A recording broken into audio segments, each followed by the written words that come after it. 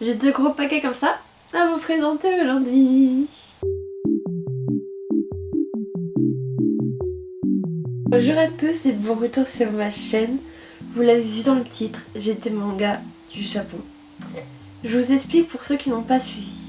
Pour ceux qui savent déjà l'histoire, ça va être un petit peu redondant, je suis désolée. Il y a quelques années, en 2019-2020, j'ai vécu au Japon pendant un peu plus d'un an. Et comme je suis fan du Japon depuis longtemps, qu'est-ce que j'ai fait quand j'étais au Japon? J'ai acheté plein de mangas. Ceci étant dit, de base je voulais vivre au Japon. Donc j'ai laissé mes affaires, dont tous mes mangas parce que c'est trop lourd, j'allais pas les ramener avec moi, là-bas, chez une amie, en attendant de pouvoir retourner vivre au Japon là-bas. Parce qu'il y avait le confinement, le Covid, tout ça, le Japon était fermé, j'avais pas trop le choix. Sauf que entre temps, vous le voyez autour de moi, j'ai déjà plein de mangas. J'ai une bibliothèque, je suis installée, vous avez vu les vlogs, Maman Dégatech 2025. Finalement, je vais plus vivre au Japon, donc qu'est-ce que j'ai fait? J'ai appelé mon ami et je lui ai dit, écoute, on va faire un tri, il y a des choses que je vais te laisser, les choses que je vais revendre. Je me suis fait renvoyer mes mangas du Japon. Ils sont là, ici, je les ai reçus il y a quelques temps déjà, mais j'attendais de faire cette vidéo pour pouvoir tout vous montrer. Je vais vous montrer ça. J'ai acheté dans des boutiques à 100 yens des pochettes, c'est des pochettes comme ça avec 2 anses, un film plastique au-dessus, comme ça on peut voir les mangas. Et c'est des pochettes de rangement pour mangas à moins de 1 € du coup, que j'ai acheté pour les conserver le temps de mon absence. J'ai 2 gros paquets comme ça à vous présenter aujourd'hui. Ça m'émeut beaucoup parce que depuis que je les ai emballés moi-même dedans, j'ai pas retouché en fait. Je pense qu'en vue des autres mangas que j'avais, je crois que j'avais une 3e pochette comme ça d'ailleurs.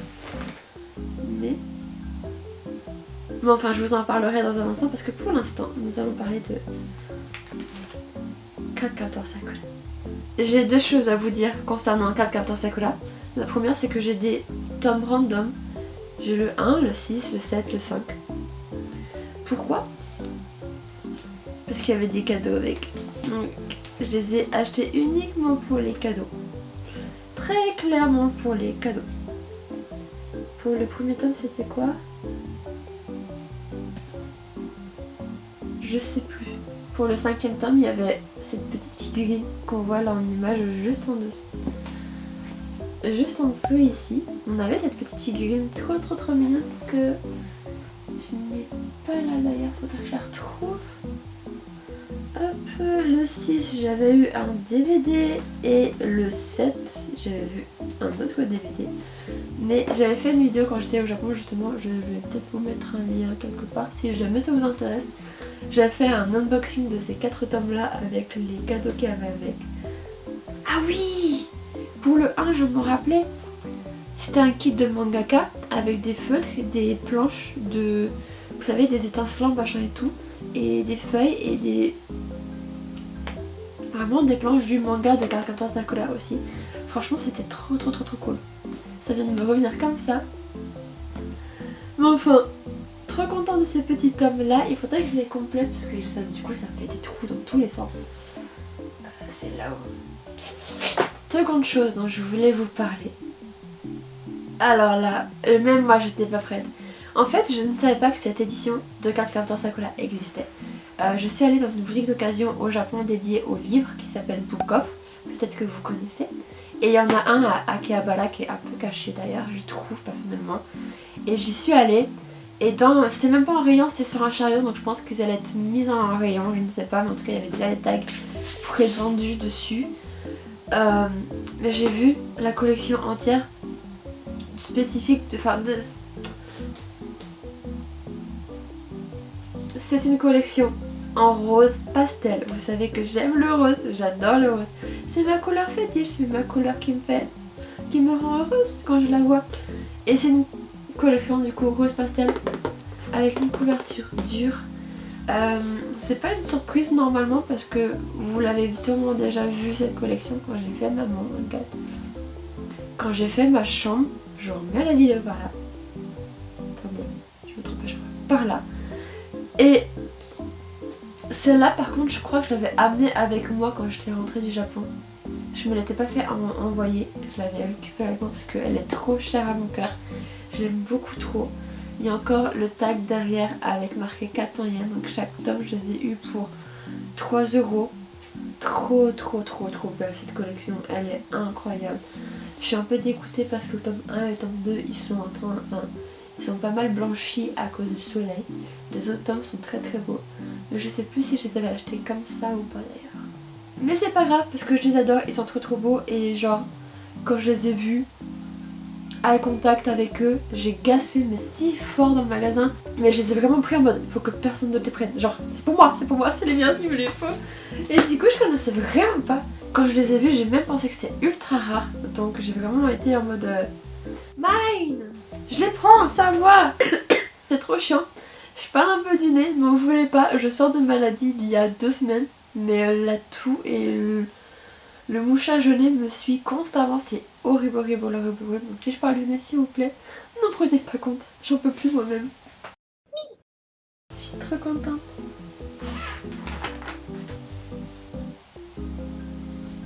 Je sais pas si je devrais cacher parce qu'il y a des parties génitales apparentes sur ce manga et pourtant ce n'est pas un hentai, je tiens à préciser, mais au cas où je vais le cacher. Voici Therma Romae, c'est un manga trop bien, franchement il m'a plié de rire. Therma Romae donc, c'est un manga qui à l'époque sur la chaîne, je sais pas si vous vous rappelez, mais on avait des chaînes manga sur la box à la télé. Il y en avait une qui s'appelait No Life je crois. Et il y avait une émission dont je me rappellerai plus le nom. Mais cette émission là, il y avait... Ils étaient dans un festival, ils interviewaient vite fait une japonaise, je sais plus qui c'était. Elle disait que son manga préféré c'était Therma Romae. Donc déjà à l'époque ça avait piqué ma curiosité. Et entre temps j'ai vu le film. Parce qu'en fait ils ont fait 2 films live. Je crois que j'ai vu que le premier. Mais le premier, il m'a tué de rire. Et du coup, ça m'a encore plus convaincu qu'il fallait que j'achète le manga. Et donc quand je suis partie vivre au Japon, ben, c'est ce que j'ai fait. J'ai vu, parce que souvent dans les boutiques d'occasion, ils font des kits de le lot du manga en entier pour moins cher du coup. C'est ce que j'ai fait, je les ai trouvés, je les ai achetés en me disant mais ce manga là ça faisait longtemps que je voulais l'acheter en plus donc ça tombe bien. Donc je les ai achetés. Il faudrait que je pense à les lire un jour éventuellement parce que j'imagine que le manga doit être bien plus poussé que les films.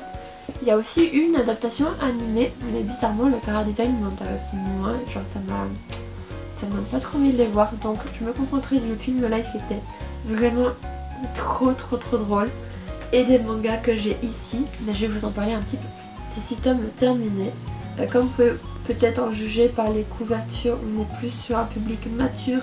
Donc c'est un petit seinen et vous pouvez également les trouver en France. Moi j'étais au Japon et je les voulais aller depuis un moment et même les mangas au Japon vous savez que beaucoup moins cher. Donc vu que je peux lire le japonais autant en profiter n'est-ce pas. Donc voilà les lire donc. Alors je les ai achetés. En Japon, je vais vous montrer, regardez je les ai. Par exemple là le tome 1 est à 108 yens, l'autre il a 110, vraiment moins d'1 €. Alors qu'en France, le tome il a 8,90 €, presque 9 du coup. Donc oui, la série est complète en France également chez la collection Casterman, c'est ça? Casterman, pardon, j'ai carrément bouffé le nom. C'est 6 tomes en France comme au Japon. En Japon ils sont sortis en 2008 et en France on les a eu en 2012.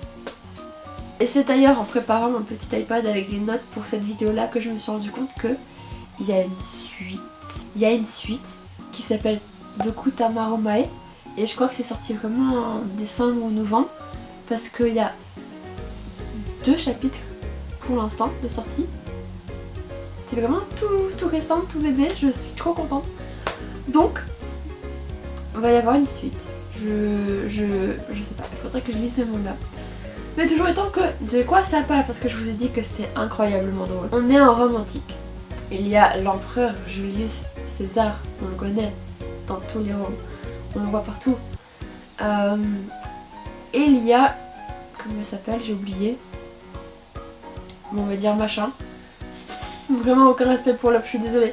Mais donc il y a ce monsieur qui fait des bains. Son métier c'est de faire des bains, de plaquer, de faire des bains, vous savez, parce qu'en romantique, les hommes aiment bien se rassembler dans des bains publics, un peu comme au Japon.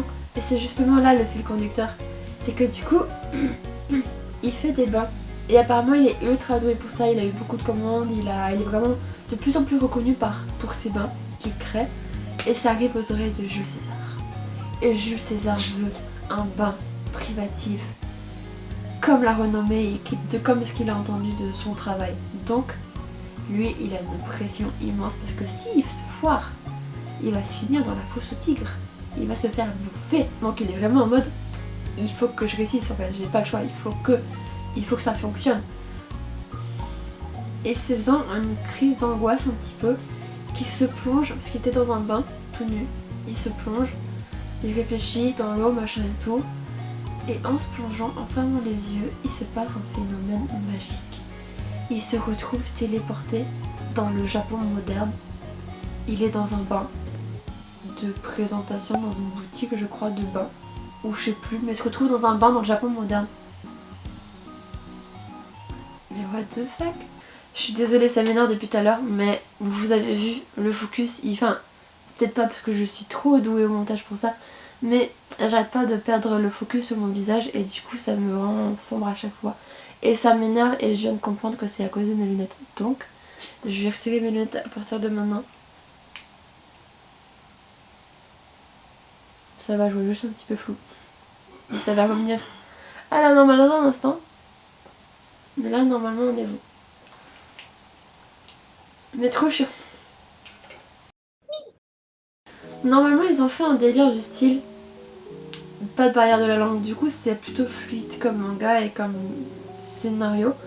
Et ils se retrouvent à rencontrer, parce que je crois qu'il y avait, si je me trompe pas, ils se retrouvent dans un bain de présentation dans une boutique, donc à poil. Et on lui prenait des serviettes, machin et tout. Et il y avait une fille qui visitait cette boutique à ce moment-là, et cette fille était anthropologue, je crois, sur la romantique justement.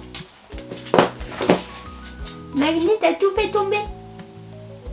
Donc voilà, c'est le filon scénaristique, la romantique, les bains, et en fait il va faire que des retours en arrière comme ça et tout, parce que du coup il va arriver au Japon, et puis il va faire « Oh mais il y a un bain moussant là, genre il y a des bulles, c'est trop stylé ». Et puis je ne sais pas par quel hasard, et lui-même ne comprend pas trop comment ça fonctionne, mais il arrive à retourner dans son présent à lui, en romantique, et à créer un truc de style bain moussant. Enfin, il n'y a que des petits délires comme ça, et genre, c'est l'humour. Parce qu'il y a vraiment un choc culturel entre le Japon et la romantique, mais le mangaka fait en sorte de te trouver des petits points, des points similaires aux deux cultures, et c'est juste trop drôle. J'ai vraiment beaucoup trop aimé. Et je vais pouvoir enfin les ranger dans ma mangatech.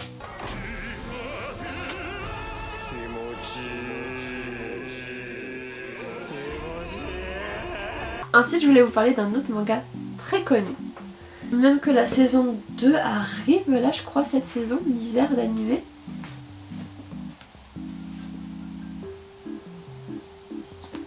Jibaku Shonen Hamakoko. J'ai acheté quelques tomes au Japon. Parce que vous savez, les marchés de ces collectors en ce moment sont au Japon. Au Japon moins quand même, mais surtout en France sur le Bon Coin, Vinted, machin et tout, les collecteurs seront rachetés et revendus à prix d'or. Il y avait un délire comme ça avec le tome 0 aussi qui avait été vendu vraiment à prix d'or ou je sais plus. Et je me suis dit vas-y, je suis au Japon, je vais les acheter, je vais en acheter quelques-uns. Donc j'ai acheté le tome 0. J'ai acheté un spin-off. Je sais plus trop ce que c'est. C'est pas un fanbook. C'est vraiment des histoires inédites, je pense. Je sais plus si je crois que je l'avais lu, mais je sais plus du tout. Ça remonte à beaucoup trop loin pour moi maintenant. Donc j'ai le tome 0, j'ai le tome spin-off avec les mini-histoires. J'ai un tome 1, histoire de pourquoi pas. Et j'ai le tome 12, j'ai failli me le faire tomber sur la tête. Le tome 12, parce qu'il y avait un cadeau avec. Il venait avec cette petite boîte. Et dans cette petite boîte, j'ai des cartes hop. Et je les avais regardés et je les avais surkiffés. J'avais trop. Ah, j'ai tombé! Un petit jeu de cartes.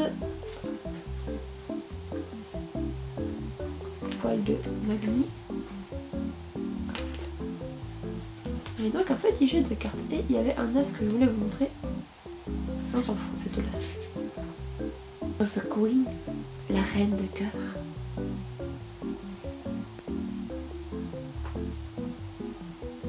Et bref, on les a tous comme ça. Ils sont trop mignons. Est-ce que j'ai... Mais voilà, donc un petit jeu de cartes. J'aime bien jouer au solitaire en vrai. Hop. Que je vais mettre là maintenant. J'ai donc acheté ces quelques tomes en japonais, mais la série existe aussi en français. Vous les connaissez sûrement. Il est ultra connu. J'étais même allée faire un café au Japon sur Jibaku Shonen Hanako-kun. En France, il s'appelle comme en anglais Toilet Bound Hanako-kun. Au Japon, il est paru en 2015 pour la première fois et en France, on l'a eu en 2021 chez les éditions Pika. Je regarde là alors que c'est pas du tout là. Mais chez les éditions Pika, il y a 23 tomes en cours, donc la série n'est toujours pas finie. Moi, je lisais en scan, je me suis mise au scan parce qu'en fait, j'avais regardé les 2 premiers épisodes, je crois, et j'avais tellement aimé que j'ai lu tous les scans jusqu'à, je sais pas, le 17e tome, un truc comme ça. Et j'adore l'histoire. Et ça prend un tournant, mais masterclass. J'aime beaucoup trop et j'aimerais beaucoup trop acheter la série entière en français directement.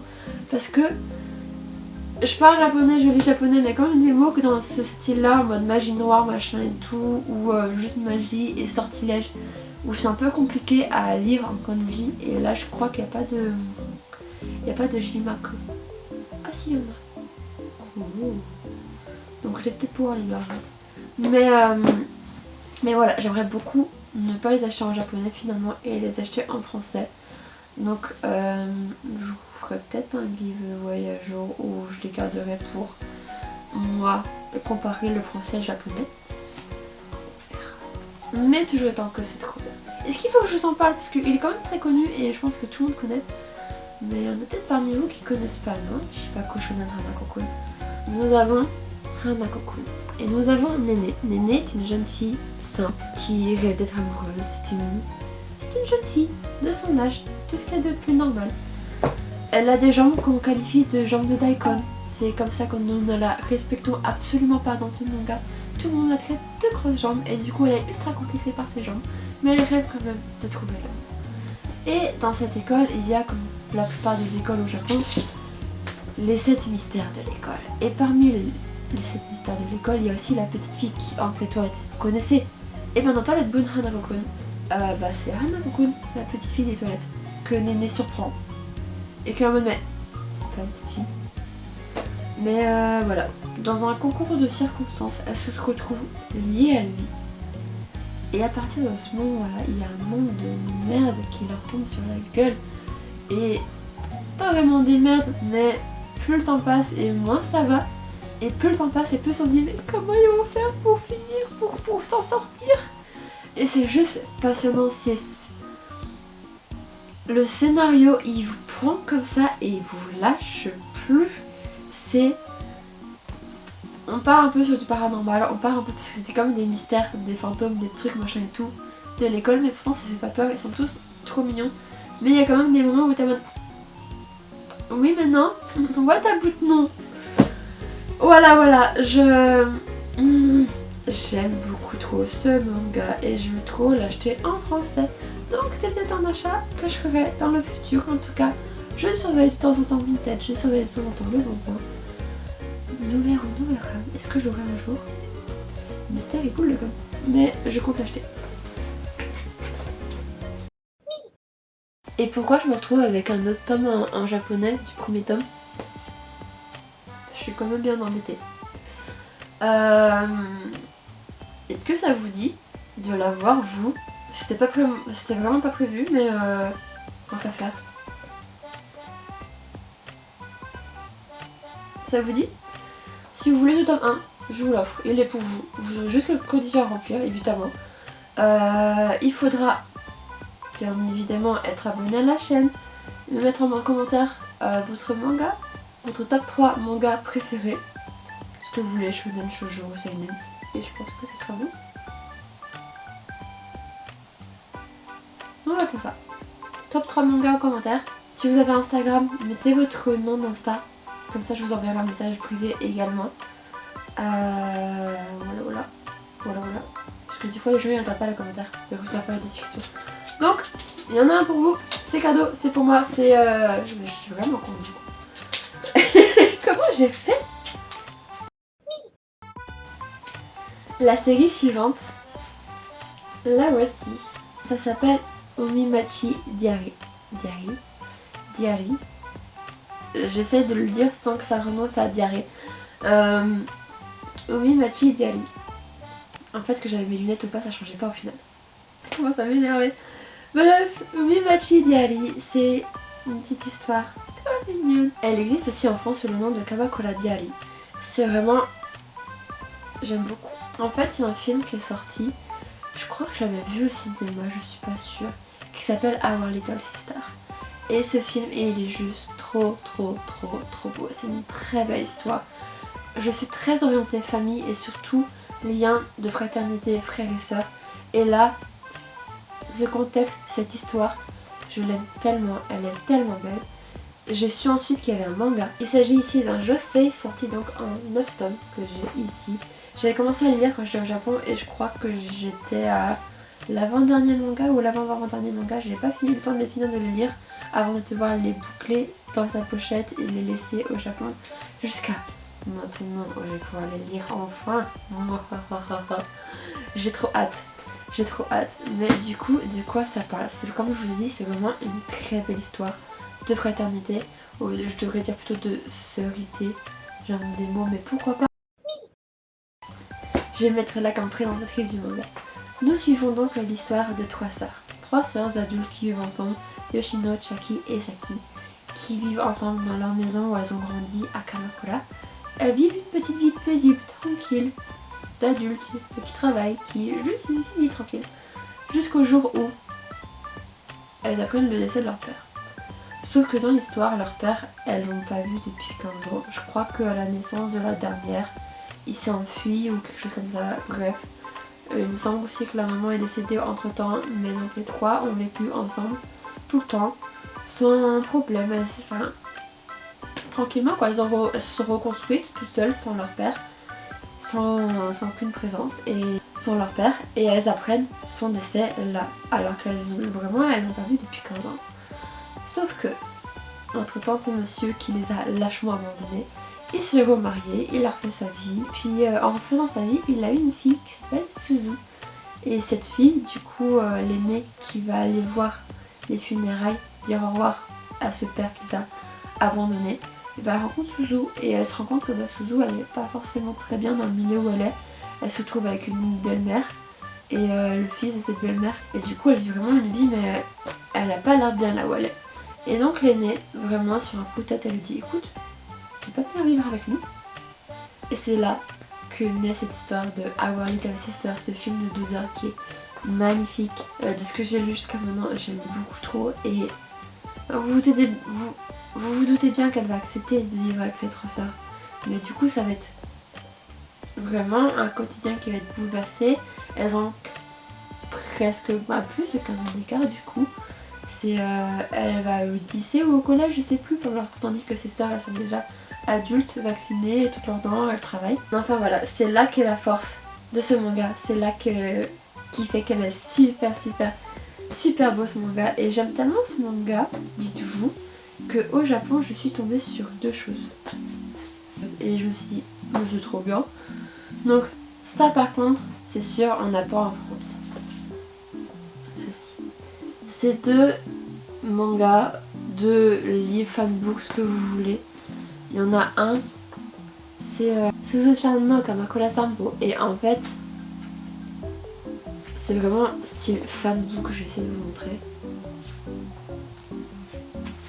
Et on va dans des endroits de Kamakura liés au manga, liés à l'histoire. Et c'est vraiment trop bien. Donc là je pourrais trop faire un otaku pèlerinage et aller visiter les lieux où se passe le manga en soi et le film du coup. C'est trop bien. Et l'autre, qu'est-ce que c'est? C'est pratiquement la même chose, sauf que on y parle de nourriture. Et qu'est-ce qu'elle aime Mikan plus que tout? Manger, oui, tout à fait. Et du coup, c'est trop bien de regarder. C'est plein de petits plats qui sont cités dans le manga et qu'on peut trouver là. Il montre toutes les boutiques, tous les endroits où acheter les goûters, les pizzas, les trucs. Café dining Nico Nico. C'est vraiment trop cool, je suis trop contente. Je pense que ce serait quand même bien de les sortir en français. Ça peut être vachement enfin, ça pourrait être vachement intéressant, non? Ça vous intéresserait pas de les avoir? Ils sont vraiment trop bien. Et moi je suis trop contente, je suis franchement très ravie de les avoir dans la collection. Donc je les ai rajoutés avec les mangas. Manga suivant, c'est... Oups là ça fait tomber. Les 7 premiers tomes, parce que j'ai acheté les 2 derniers sur Amazon Japan plus tard. Donc c'est les 7 premiers tomes de Neko no Otera no Shion-san.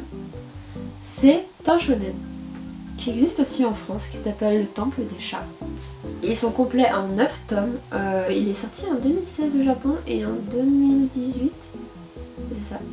Et en 2018 aux éditions Soleil en France sous le nom de La fille du Temple des Chats. Donc nous avons ici, grosse patate comme je suis, la fille du Temple des Chats. C'est une fille qui habite à côté d'un temple, qui s'occupe d'un temple en tout cas. Et elle vit avec, je crois, 3 ou 4 chats, voire 5, je sais plus. Et les couvertures sont trop belles. Je crois que je les avais achetées sur un coup de tête parce que c'était un set des 7 premiers tomes. Donc je les avais achetées d'occasion au Japon. Et je les trouve trop bien. Et franchement, les couvertures sont trop belles. Comme vous vous en doutez, en voyant les couvertures, c'est un manga qui est ultra chill, ultra posé. Et pourtant. En vrai, ici, on va pas sur une aventure fantastique. Ça, certes, ça part d'un temple, mais il va pas y avoir d'esprit ou quoi que ce soit. C'est un slice of life. C'est un truc trop mignon, trop choupi.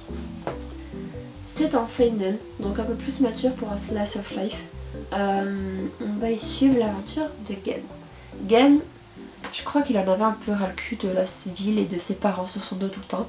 Du coup il s'est dit pourquoi pas, je vais retourner voir grand-mère dans la campagne parce qu'il avait un peu vécu dans la campagne avec sa grand-mère et avec sa cousine éloignée, Tiom, ici présente. Tiom maintenant c'est une adulte, elle a 20 ans et elle a repris la succession de la grand-mère, elles habitent toutes les deux ensemble parce qu'elle croit qu'elle a vu ses parents ou un truc comme ça. Et on a Gen du coup qu'on a marre de ses parents, qu'on a marre de sa vie et qui dit je vais aller à la campagne, ça va être tranquille, je vais vivre de nouvelles aventures, ça va être beaucoup mieux. Donc c'est ce qu'il va faire, il va aller retourner vivre chez sa grand-mère. Et il y a un peu ce truc de je sais pas où ça va aller, donc il faudra que je les lise pour savoir.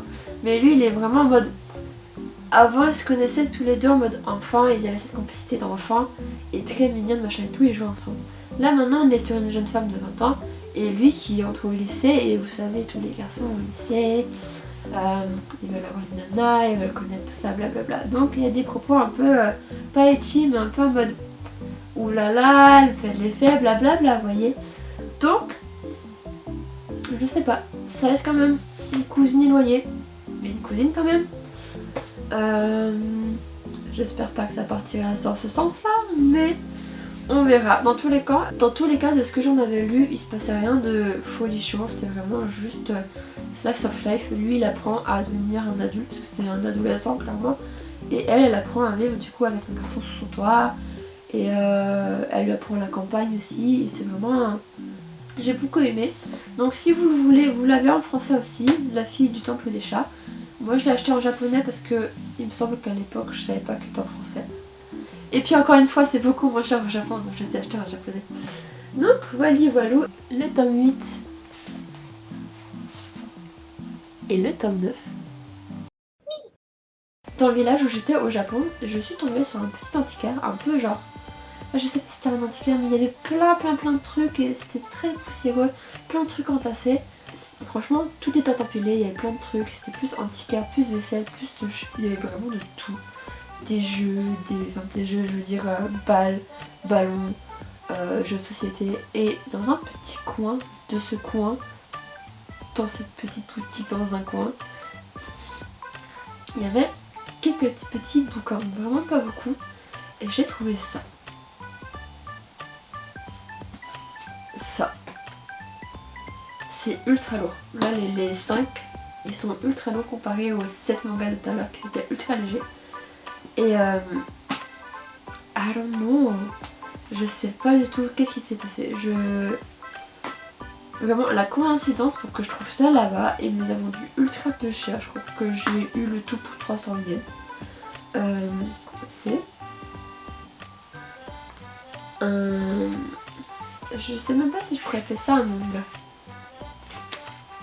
Un livre imagé du film du voyage de Chihiro.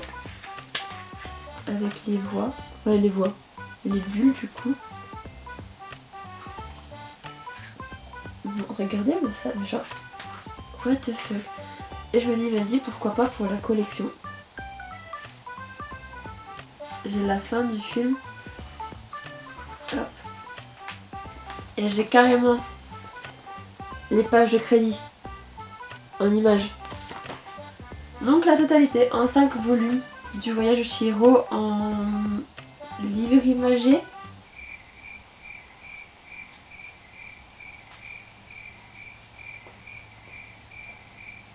Et avec ça, c'est vraiment la dernière série physique que je vais pouvoir vous présenter dans cette vidéo. Parce qu'il y a une autre collection. Donc je vais poser ça.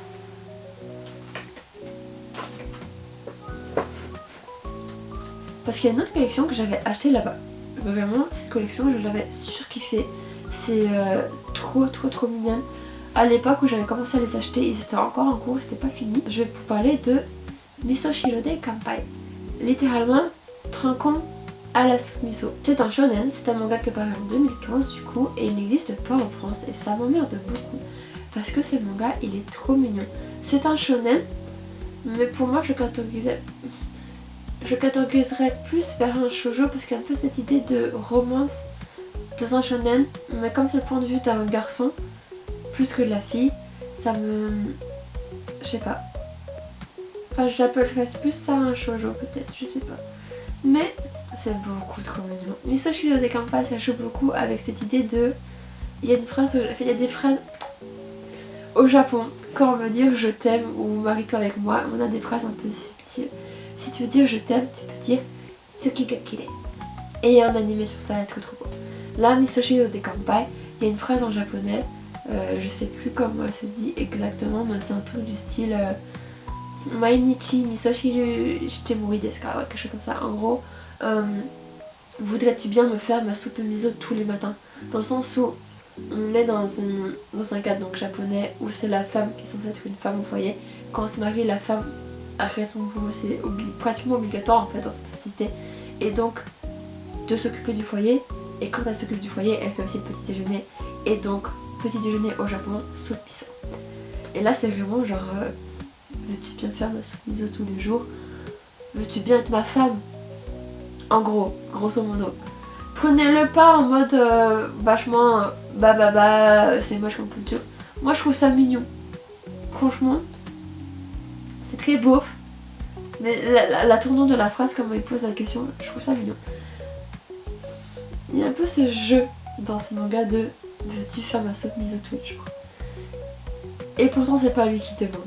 C'est même pas lui qui demande. On suit l'histoire de Zenitsu, non pas Zenitsu, de Zenichiro, qui se retrouve à vivre tout seul.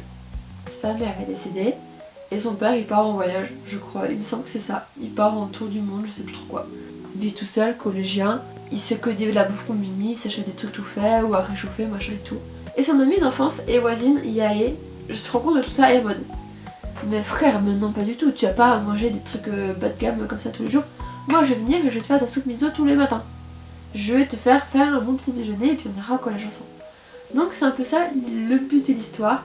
Il y a 14 tomes finis et je les avais achetés jusqu'au 10e, je crois, quelque chose comme ça, donc il me manquait 4 tomes. Et juste cette histoire elle est trop mignonne et on apprend beaucoup de choses de cuisine sur le Japon, de cuisine japonaise, sur la soupe miso. Parce qu'il me semble que dans chaque chapitre il y avait un peu cette optique de je vous mets une recette de soupe miso différente, c'est comment on peut le faire. À un moment donné ils vont dans une fabrique de miso, de pâte miso, et on apprend plein dessus en mode pâte miso blanche, pâte miso rouge, parce qu'il y a plein de pâtes miso différentes. Et c'est ultra intéressant. Et c'est pour ça que je suis un peu en mode, est-ce que c'est vraiment un shonen, est-ce que c'est vraiment un shoujo? Parce qu'il y a un peu cette romance entre les deux, garçon-fille, garçon qui vit tout seul, elle qui veut lui faire sa soupe miso tous les jours. Est-ce que ça veut dire quelque chose ou est-ce que je me fais des films? Vraiment trop mignon, j'ai beaucoup trop aimé, mais je ne les vois pas. Je ne les vois pas dans les deux poches que j'avais à vous montrer, ils n'y sont pas. Quand j'ai vu avec ma copine des mangas que je gardais, des mangas que je gardais pas, sur les photos qu'elle m'envoyait déjà, ils n'apparaissaient pas. Qu'est-ce que j'ai fait? Je ne sais pas. Peut-être je les ai prêtés à quelqu'un et j'ai oublié. C'est possible. Peut-être qu'elle les a lus, qu'elle les a mis dans sa bibliothèque le temps de les lire et qu'elle les a oubliés. C'est possible aussi. Mais toujours autant que je sais pas. Je sais pas où ils sont. Donc c'est un des achats que j'aimerais faire quand je retournerai au Japon ou sur Amazon Japan. On verra. Parce qu'ils sont finis, donc peut-être que sur Amazon Japan je pourrais trouver un kit, un set de tous les tomes pour pas trop cher. Je sais pas. Il y avait une autre série que j'avais achetée qui s'appelle Flying Witch. Et si vous vous rappelez de... Est-ce que je vous en parle ou pas? Je me rappelle plus. Toujours étant que je les ai achetés en français, parce que Flying Witch sont aussi en français. Je les avais achetés d'abord en japonais et je comptais les ramener. Je les ai achetés avant le Covid, avant que la fac, parce que j'ai pu faire le premier semestre à la fac tranquille, avec les collègues, machin et tout, avec les professeurs. Mais le deuxième semestre était complètement en ligne. Et pendant le premier semestre, j'avais prêté tous mes Flying Witch à une amie japonaise parce que c'est une amie. Une collègue japonaise parce qu'on était toutes les deux en anthropologie et elle c'était sur la sorcellerie française, japonaise, je sais plus trop. Et moi j'avais acheté ça et franchement je trouvais que c'était plutôt intéressant et que ça pouvait donner du contenu ou des idées pour sa thèse. Donc j'avais prêté tous les mangas que j'avais achetés de Flying Witch à l'époque. Qu'elle a jamais pu me rendre parce qu'elle habitait sur Tokyo et moi j'étais à Tsukuba, cours en ligne. On s'est jamais revus, je suis repartie en France. Elle les a toujours, ça fait 5 ans. On s'est jamais reparlé depuis. Donc. Mais elle a pas cherché à me contacter non plus. Donc voilà, les Flying Witch, je les avais achetés au Japon, mais je les ai rachetés là en France. Je vais pas vous faire un topo dessus, parce qu'il me semble que je vous en avais déjà parlé dans une vidéo précédente. Et enfin, la dernière série dont je vais vous parler dans cette vidéo, la toute dernière, celle qui n'a pas réussi à venir jusqu'en France, celle que je dis non, tu peux la vendre. Tonari no Kaibosukun, le garçon d'à côté, c'est la série qui n'est pas venue jusqu'en France. Parce que premièrement ils existent en français, l'histoire elle est très bien, j'aime beaucoup, c'était trop mignon. J'ai beaucoup aimé l'animé aussi, mais je sais pas, quitte à m'envoyer plein de mangas, autant envoyer des mangas que j'adore particulièrement, comme Soshiro des Kampai que je n'ai plus, je ne sais pas où il est. Quel dommage. Bref, Tonari no Kaibosukun, je l'aime beaucoup, l'animé je l'aime beaucoup. Je me dis qu'au pire, j'aurais qu'à regarder l'animé si j'ai envie de le refaire. Mais le manga, je sais pas. J'ai beaucoup aimé pourtant, vraiment. C'est une très belle histoire. C'est très fun. Mais je savais que je n'allais pas le relire. Je garde principalement des mangas que j'adore et que je sais que je relirai souvent. Ou un jour, ou plusieurs fois. Mais là, Tonari no Kaibosukun, je pense que je le relirai pas. C'était marrant une fois, c'est tout. Trop. C'est comme ça, c'est la vie. Mais voilà, c'était tout pour moi. Je sais pas combien de temps va durer la vidéo, mais j'ai beaucoup aimé vous parler de ces mangas là que j'ai ramenés du Japon. Et je suis vraiment plus que ravie d'avoir pu enfin ouvrir cette capsule temporelle de manga pour pouvoir les ranger dans ma mangatech. Et de enfin compléter Neko no Otera no Chion-san. Trop mignonne cette série, j'aime beaucoup trop. J'avais les deux derniers tomes qui attendaient là dans ma mangatech. D'être enfin complétés, d'être enfin réunis tous ensemble. Trop contente. Et voilà, c'était tout pour moi. N'oubliez pas le giveaway en bas. Je sais pas dans combien de temps. Je vous laisse, je pense, 2 semaines. c'est bien 2 semaines, non? Je vous dis à la semaine prochaine pour encore plus de manga. Gros bisous, prenez soin de vous, lisez des mangas.